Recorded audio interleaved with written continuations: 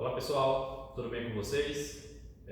Meu nome é Érica Matheus da Silveira Brito, sou professor da Universidade Federal de Viçosa, campus Florestal, e esta aula é referente à disciplina CFE 464, Acionamentos e Comandos Elétricos. Nessa primeira aula, eu vou apresentar para vocês o quadro de comandos que a gente utiliza nas nossas aulas práticas para fazer as nossas partilhas de motores, certo?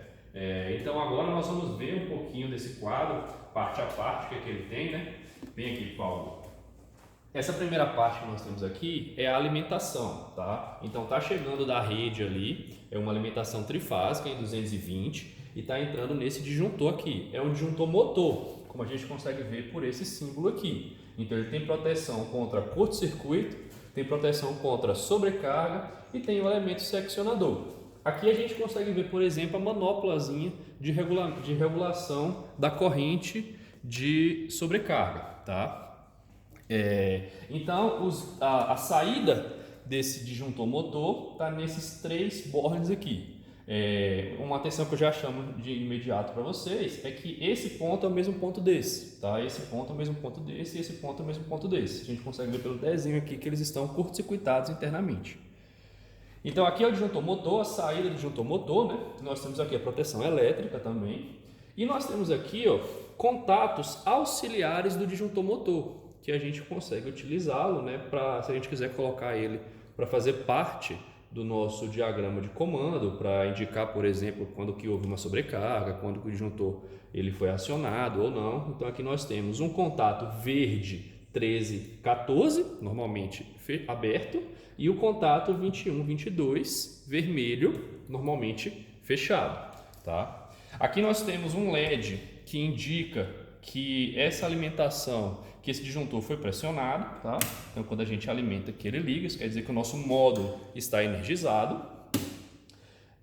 E aqui nós temos uma fonte CC, tá? Essa fonte CC, ela serve para... Ela é uma fonte CC de 24 volts, então aqui nós temos os terminais 24 volts e ela vai servir para alimentar todo o nosso quadro de comando, todas as nossas bobinas, sinalizadores, todos eles são alimentados em 24 volts contínuo, tá? Essa alimentação ela é feita através dessa chave, tá? Que esse liga e desliga para a gente controlar essa fonte de 24 volts, e aqui nós temos os terminais dela, novamente curto-circuitados, esse ponto é o mesmo desse, esse ponto é o mesmo desse, tá? Aqui a gente tem a diferença de tensão de 24 volts.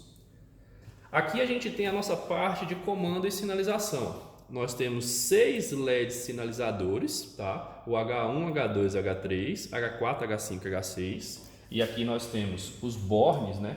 Novamente, a gente tem sempre 2 pontos por componente, 2 pontos para ligar e 2 pontos no positivo, 2 pontos no negativo. Esses bornes, perceba que a tensão de alimentação deles é 24 volts, né? Então as cores já estão até condizentes aqui com os terminais positivo e negativo. E aí nós temos H1, H2, H3, H4, H5 e H6. Do lado aqui do comando, nós temos os botões e chaves. Então nós temos 2 chaves com retenção, né? 2 chaves de 2 posições, S1 e S4. E aqui nós temos essa chave S1 ela é normalmente aberta e essa chave S4 é normalmente fechada. Apesar de que esse conceito de normalmente aberto e fechado para a chave com retenção é estranho, né? Porque ela pode estar fechada aqui e aberta aqui, assim como ela vai estar aberta aqui e fechada aqui, então meio que tanto faz, né? Aqui nós temos os botões de comando, 4 botões pulsadores sem retenção, tá? Então são 2 normalmente abertos e 2 normalmente fechados. É importante falar que esses botões eles só têm um bloco de comando na parte traseira. Vê se você consegue mostrar aqui, ó. Na parte traseira lá, ó, a gente só tem um bloco de comando, do lado de cá não tem nada. E por que isso é importante? Porque a gente não consegue fazer algumas partidas, por exemplo, a partida direta com reversão direta, que a gente precisaria de botões com 2 blocos de comando, né? Normalmente aberto e normalmente fechado. Então aqui esses botões só vão ter um bloco de comando cada.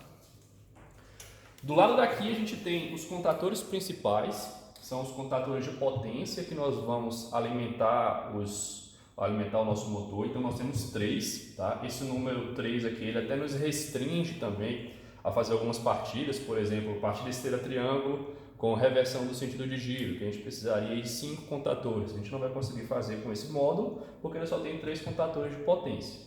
Cada contador de potência aqui a gente tem na parte de cima a entrada dele, né? L1, L2, L3. E na parte de baixo nós temos T1, T2, T3. Então esse ponto e esse ponto mais uma vez são os mesmos, tá? E aqui a gente tem a alimentação da bobina desse contator, A1 e A2. Então esse contator ele é alimentado também em 24 volts, assim como todo o nosso circuito de comando. Esse contator aqui, pessoal, ele só tem um contato auxiliar. Você consegue mostrar aqui, ó. É o 21NC, 22NC. Então é o 21, 22 normalmente fechado, tá? Então ele só vai ter esse bloco de contato que está representado aqui pelo 21, 22. Cada contator desse vai ter um contato auxiliar somente, normalmente fechado. E a gente sabe que isso é muito pouco para fazer as nossas partidas. Por isso que a gente tem aqui na parte de baixo quatro blocos de contatos auxiliares. É como se fossem contatores, só que eles não têm os contatos de potência, eles têm só os contatos de auxiliares, né? Então, cada contator desse vai ter aqui ó, o 13 e 14, que é o normalmente aberto, 21 22, que é o normalmente fechado, 33 34, que é o normalmente aberto, 41 42, que é o normalmente fechado. Além da alimentação da bobina, que é a 1 e a 2, tá? Aí, então a gente consegue utilizar esses caras aqui para nos dar contatos a mais do que o contator de potência tem.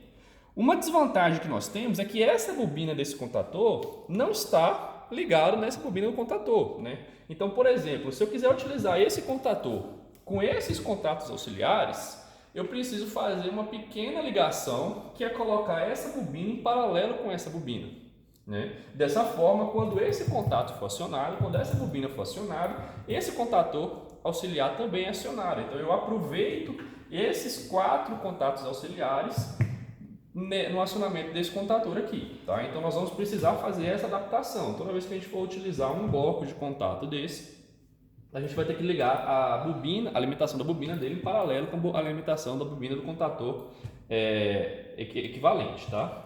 Para finalizar o nosso módulo aqui, nós temos 4 temporizadores. Isso vai nos ajudar a fazer partidas temporizadas, né? Nós temos aqui um temporizador com retardo ao energizar. Esse aqui ele vai de 1 a 10 segundos, a regulação de tempo dele, tá? E ele tem aqui ó, o contato, um bloco de contato 15, 16, 18, né? Ou seja, ele inicialmente tem um contato fechado, passado determinado tempo ele muda para o contato, tem o contato normalmente fechado, passado determinado tempo ele comuta esse estado para o normalmente aberto, que fecha, né?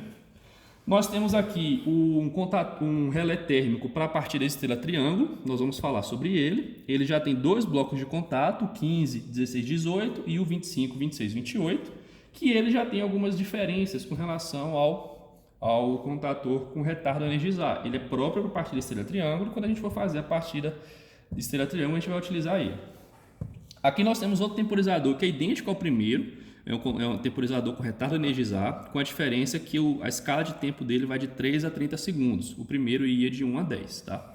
E por fim aqui nós temos um relé temporizador cíclico, onde a gente consegue regular o tempo que o contato fica ligado e o tempo que o contato fica desligado. Então ele é um relé cíclico que abre e fecha com um bloco de contato, tá? Bom, pessoal, então esse foi uma visão geral do nosso módulo, né? Nas próximas práticas que nós vamos realizar, vocês já vão ter o conhecimento dele, né? Nós vamos fazer as partidas e ver como que o motor se comporta diante de cada uma delas. Então vejo vocês na próxima aula.